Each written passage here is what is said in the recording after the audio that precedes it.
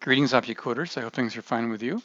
Try to do a real quickie here. I thought we would have a little recap on the object design we've recently done, maybe a couple of lessons learned. For one thing, motivation for design, it's an elite skill. You know, you can't search the internet for designs like you can for code, so it's really an elite skill. The purpose of design, well, the purpose is to give something simple and clear to a coder, right? NetCoder could be us, but projects get delayed, so it could be a year later. Could be a coder in a different country, different time zone. We might not be able to talk to them directly, so we want it as clear as we possibly can make it, and of course simple.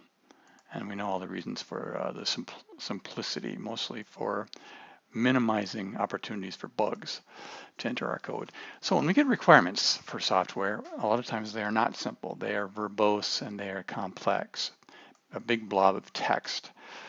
So what do? We try to look for something that opportunities to simplify, right? In this case here, this kind of, after a while, I think it jumps out at us, right? These methods, we've seen these recently. We've seen these on an dynamic array and a linked list. The dynamic list little family we made up, right? So we've seen those. So we want to share those with that subcomponent. No need to do them again. It'll already do them for us. So that's the first step. And that's what we do here in this first step. We end up with a subcomponent. We called it an array and a linked list because we have those two types. Well, the first question we have to ask ourselves then is, well, do we really need these two? I mean, they seem very, very similar. They're doing the same methods here. Is there a reason we need the two? And that's the second simplification step we do. And it turns out, after we do some analysis, that these are all defined actually in the dynamic list, right? The dynamic list understands all these. So there's no reason the subclasses don't add anything special in this case. So we generalize this then to list. And we're just going to call that subcomponent list, and we're going to use a dynamic list. The third one, our final simplification, we look for some hierarchy type of opportunities. And what we have here, if we kind of look around, we have redundant component for one thing. We have this list subcomponent is on all of our objects. But even more so, we have these methods, this big group of methods here, that's on all 8 of our subcomponents.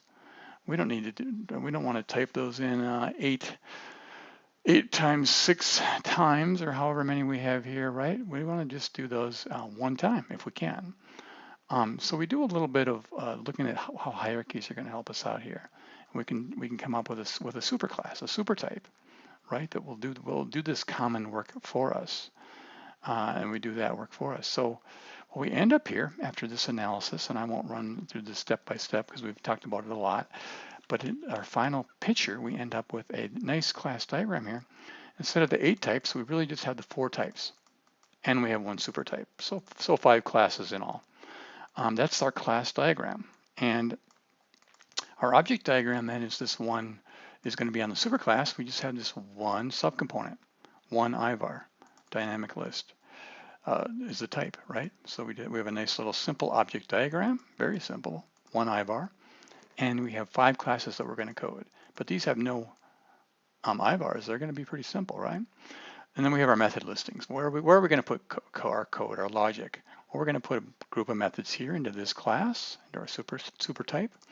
And we're going to put, for example, for the stack, we're going to just pop 3 methods into the stack, and then similar for the other ones. So we can start coding right away. I mean, I like to start coding. I like to build a class shell. This is the first step, and then go from there. So we do something like this, right?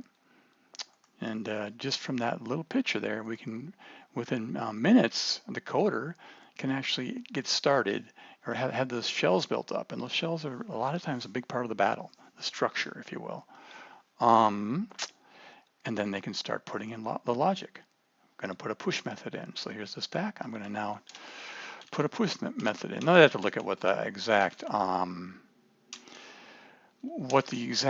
method header is, but it would be something like push, and actually I don't think that actually is, does necessarily return. I think that might be a void.